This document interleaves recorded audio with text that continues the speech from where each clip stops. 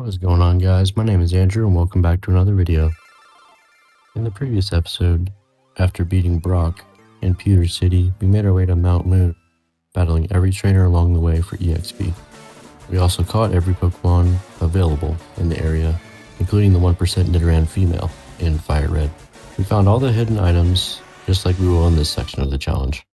During this episode, I did a much better job sticking to the rules of the challenge, and I spent over 20 hours so far catching, leveling, and evolving every Pokemon available for the professoroakchallenge, but within reason. I am not leveling a Charmander to level 36 before the first gym, at least not for my first challenge, maybe in the next one. After completing Mount Moon and choosing the Omnite fossil from the nerd, we left off here. There are going to be 2 hidden items as soon as you leave Mount Moon. The first one is going to be a raspberry, followed by a hidden great ball as soon as you leave. After that, you can find Roar. I caught Ekans in Route 4. We healed up at Cerulean City at the Pokemon Center and then head north to battle our rival Gary, who is eager to battle us. Making quick work of Gary's Pokemon by using the perfect counters. Geodude takes out Pidgeotto. Pikachu Thunder Shock against Squirtle. Pikachu takes out Abra with ease. After beating our rival, he gives us the Fame Checker. Healed up at the Pokemon Center once more before taking on the Nugget Bridge and making a tutorial on how to farm nuggets an infinite number of times. The guide to do this glitch is in the top right corner and posted in the description below. Remember to save your game occasionally, as there's no autosaves in FireRed or LeafGreen. The first trainer, the bug catcher, is easily defeated with Pidgey one-shotting all of his Pokemon. The second trainer has level 12 Pokemon but didn't stand a chance either. The third trainer was slightly more difficult, but not by much. The fourth trainer has male and female Nidorans at level 16, but did not evolve them. They should have. But thank you, Geodude, for being super effective against that, because you have Magnitude. Fifth trainer managed to take out my Pidgey, but not Geodude. This time I remembered to get the rare candy behind the house that's on the water or the Nugget Bridge before heading north.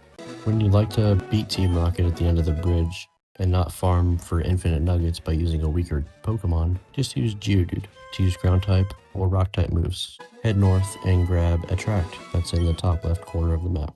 Then head south to catch 2 new Pokemon in the area. Abra is the first one we find. The first one ran away with Teleport, thank you.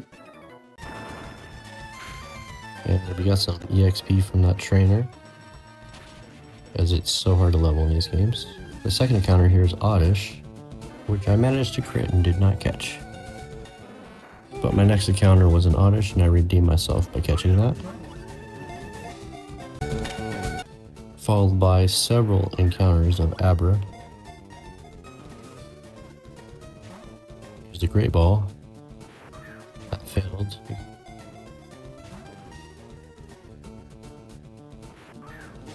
Encounter 4.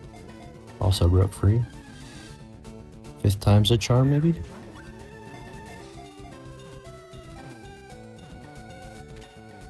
Finally caught. Head east to Route 25 to grab your first hidden item. Then sneak behind the hiker once again and get your 1 elixir here in the corner. Then feel free to battle every single trainer in the area. There's 9 trainers. Battle all 9 on the way to Bill's house to get the most EXP you can. Now starts when the main grinds of the episode. The 9 trainers leading into Bill's house, and I battle every single trainer so I can gain the most EXP I can for my professoroakchallenge. I sped through most of these battles as it'd be very boring if I did not. I got a decent amount of levels. Tell me how I'm doing below. All criticism welcome, just please be respectful. I'm new to this. Another friendly reminder is to save your game occasionally. Try to remember save your game because there's no autosaves in FireRed, LeafGreen. Alright, the third hidden item of the area is a orange berry in this corner of the upside down L before heading to that next trainer. And the fourth hidden item of the area is going to be a bulk berry. I'm not sure what that is. I've played Pokemon for 25 years. I don't know what that is. And here we have Pidgey facing off against the final trainer for Bill's house. It is the hardest of the 9, but extremely easy for Magikarp to hit level 15 and learn its first move, Tackle. which is quite useless, and Pidgey grows to level 18 to evolve into Pidgeotto. Once you have faced the gauntlet of trainers, head inside Bill's house. You will find a Clefairy that talks. That is Bill. Once you talk to him, he'll enter the transporter, go over to that computer. A few moments later, Bill comes out and rewards us with the SS ticket. We will need this later to get the HM cut. We are going to check out the new area after the police officer moved from this owner's house that was blocking the entry. Once we beat Team Rocket, we're going to be rewarded with Dig, and we do not have to give it back to the owner. Now, once this path is open, south of Cerulean City is Route 5, where we can add our next Pokédex entry, Meowth. After we catch Meowth and add it to our Pokédex, headed back to Cerulean City to heal up, and then I headed to Route 4 this time. After a few encounters, I found Shiny Mankey. Oh my god. Oh my god.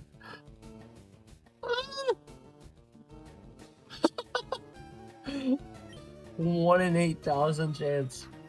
Oh my gosh. You just leveled up Pokemon.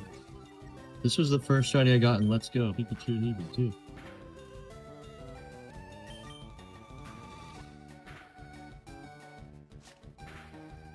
Come on, Pokemon. Oh my god. Yo! Let's go! I gotta see this thing. No more battles. Run away, Rattata, run away. With our new shiny Mankey added to the party, I decided I needed a change. Let's go through the underground to Route 6.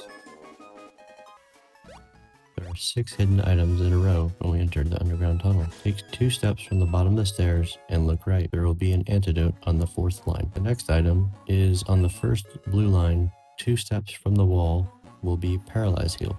The 3rd item down here, start from the first red line and walk 6 steps north and 2 steps west for an awakening. Start on the first red line again, walk 3 steps east to find a potion. Head south all the way to the bottom until you reach the stairs, and align yourself with the top railing. Take 6 steps north and 2 steps east to find an Ice Heal. Go back to the top railing on the bottom, take 2 steps north and look west for a Burn Hill. Route 6, there are 2 hidden items. One I'll show you now and the second I come back later in the video. The first one here is a citrus berry, which we need later because I want to try the glitch. Heading south of Vermilion City, avoiding all the battles I can. There are 2 unavoidable battles, and I barely win because I switched out most of my Pokemon for low level and weak Pokemon.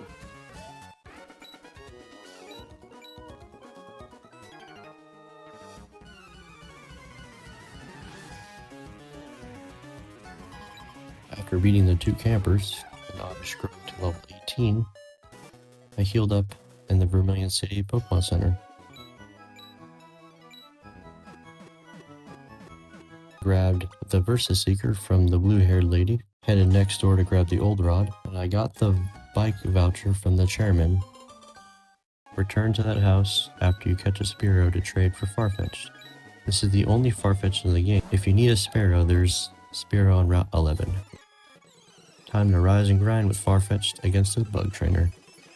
I had no idea that they would be level 20 and have a Butterfree, but I gained 3 levels thanks to me defeating it with Farfetch'd. But funny enough, after this battle, Farfetch'd never listened to me again, so I quit using it until I had the next gym badge. I returned to Cerulean City to obtain the bike with the voucher. After that, I went back south to Route 5 to grind some more levels. Mankey and Zubat both gained levels.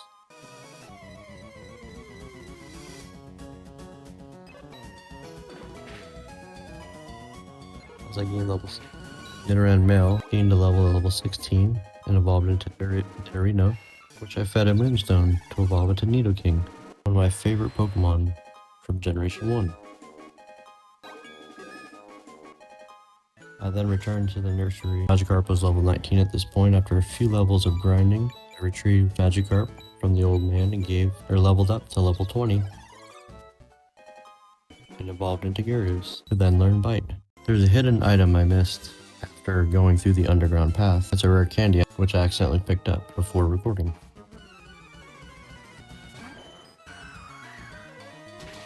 Geodo makes quick work of this trainer's Pokemon.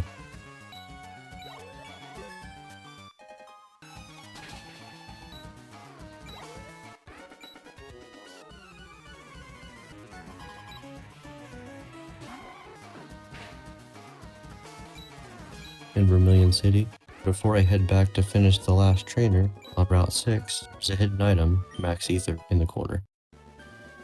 Then I return to Route 6 to battle the last trainer in the air. What you watch next is gonna be absurd and hilarious how broken some moves are in Generation 1. But watch this madness from Pikachu.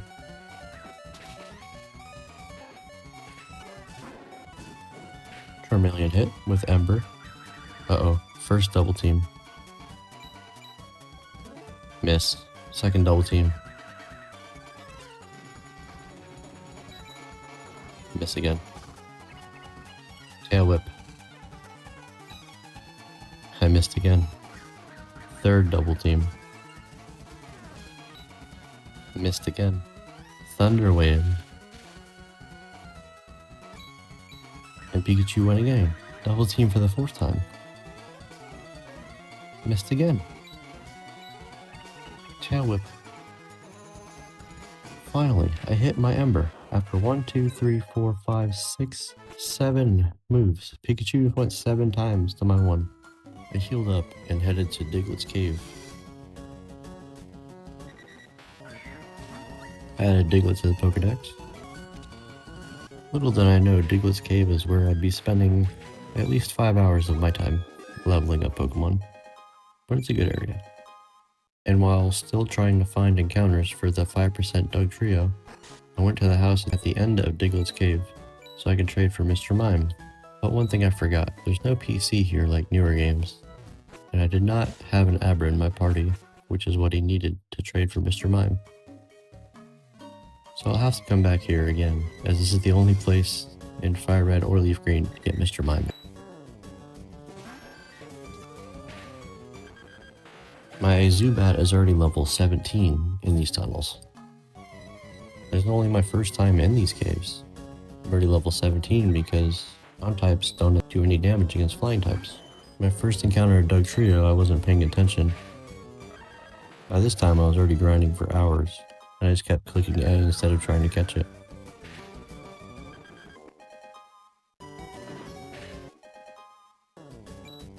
My second encounter with Dug Trio, I threw 5 Pokeballs at it, and I decided to knock it out instead of trying to throw more Pokeballs. But I already knew I was going to be in Diglett's cave a lot longer.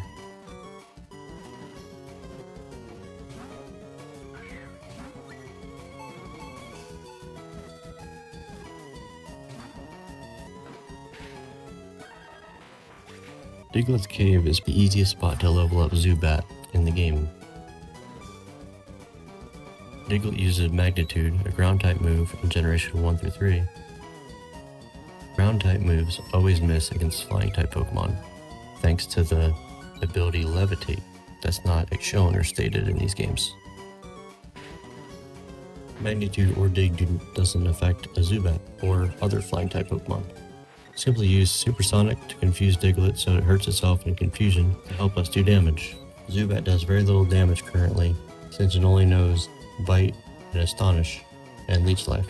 Diglett knows Scratch or Fury Wipe, so be sure to spam Leech Life to counter those moves, but it rarely uses them.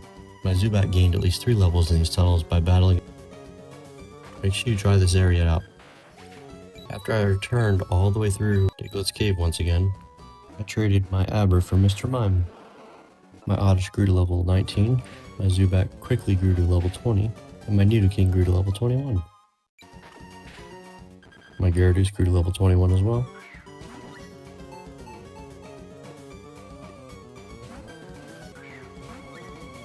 And after a bunch of more Pokeballs and a lot more time, I caught Dug Trio and added that to the Pokedex. One of the last encounters of the area, I head to Route 11 to battle some of these trainers to gain EXP to level up my Pokemon, make it a little bit easier, but I'm using all weak Pokemon here, and I continually have to run back and forth in Pokemon Center to heal up. For some reason, Mankey is super effective against Magnemite in this game. Ekans grew to level 16.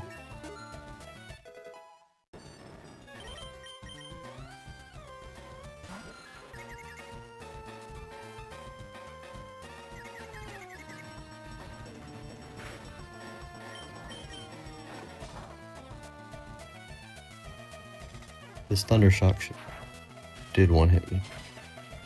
Oh, Spearow, here we go. Spearow saved the day. And leveled up against Magneton. Healed up, and I came back to Route 11 for the 10th time. At least. Scratch leveled up Mankey to level 18. And went to this corner, found the Great Ball. And then battled another old man. This time he has a Voltorb. I was not prepared for this fight at all.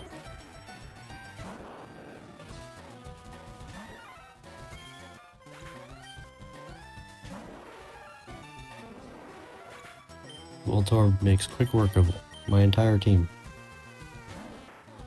But Oddish was my savior right here.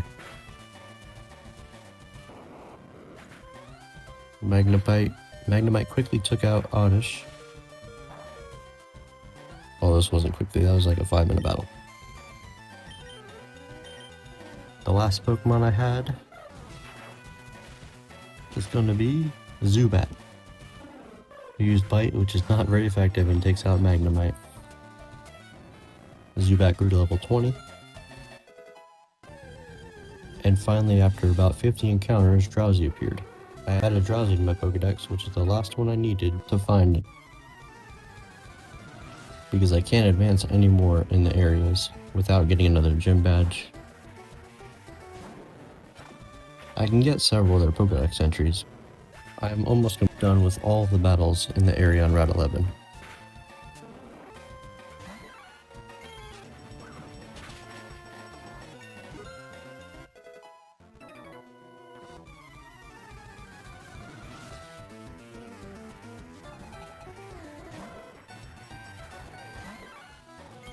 My Mankey's almost level 20 at this point, one-shotting Growlithe and would-be Vulpix, but it roared. Spearow took him out the rest of the way.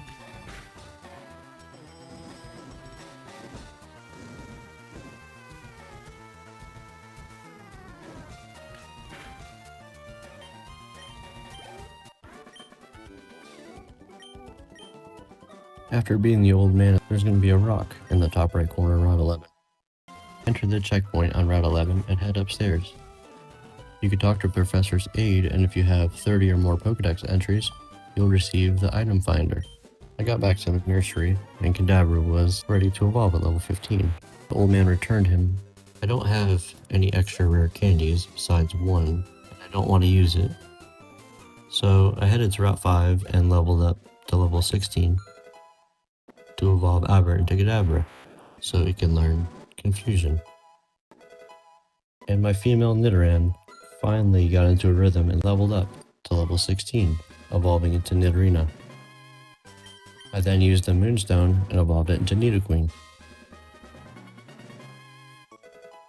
I spent about 2 more hours leveling up Nidoqueen, Geodude, Pikachu, Oddish, all to level 21.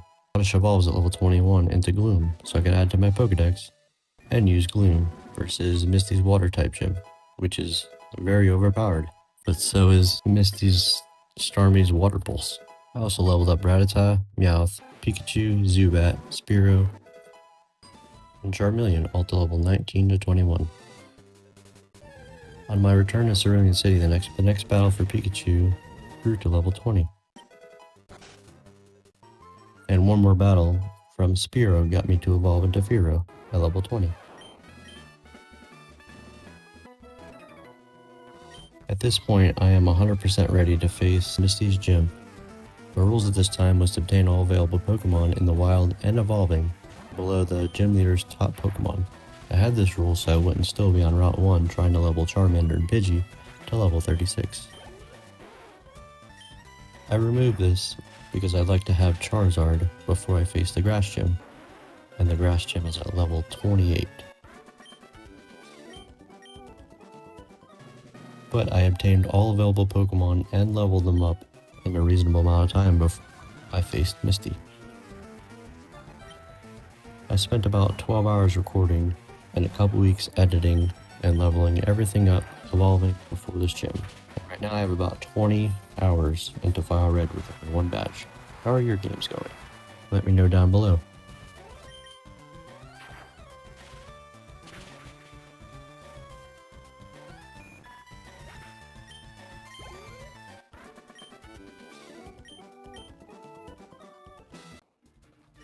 This is Team 3, or an assortment of Pokemon.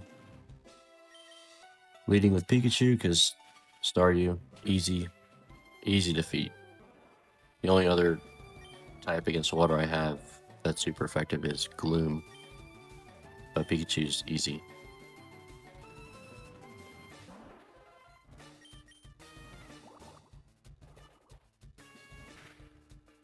Look at that, one shot from a Starmie. That's crazy.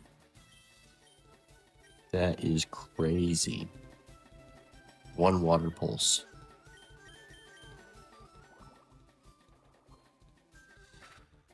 Even against Meowth, one shot. That is absolutely insane. Just use Meowth for Payday. Just use Meowth, Payday, and you're pretty much dead. But you get double the money. Yeah, I really was disappointed in Meowth's performance there. I expected so much more out of him, honestly. Ekans, almost one shot there too. Do not use him. You can use Meowth just for Payday, but don't use Ekans. Use a Fearow or a Gyarados. Instead of Zubat here, just evolve it. Evolve it to Golbat. Thank you all for watching to this point. Pikachu and Zubat are an effective duo. You just have to level up to a Golbat at level 22, and they can duo it. You could also solo with a Gloom at level 21. It just takes way longer. You can also use Gyarados in your team with Pikachu, Zubat. You can use a Meowth. You can use Fearow. These are the several ways you can beat Misty pretty easily, and unconventional if you don't choose Bulbasaur as your starter. I believe this gym is harder than Brock. I don't know. Let me know down in the comments. Please like and subscribe as I'm trying to grow to over 1,000 subscribers. That's my goal this year, and become monetized. One of my dreams. I appreciate you guys watching. Please share if this helped you and will help somebody else. Thank you.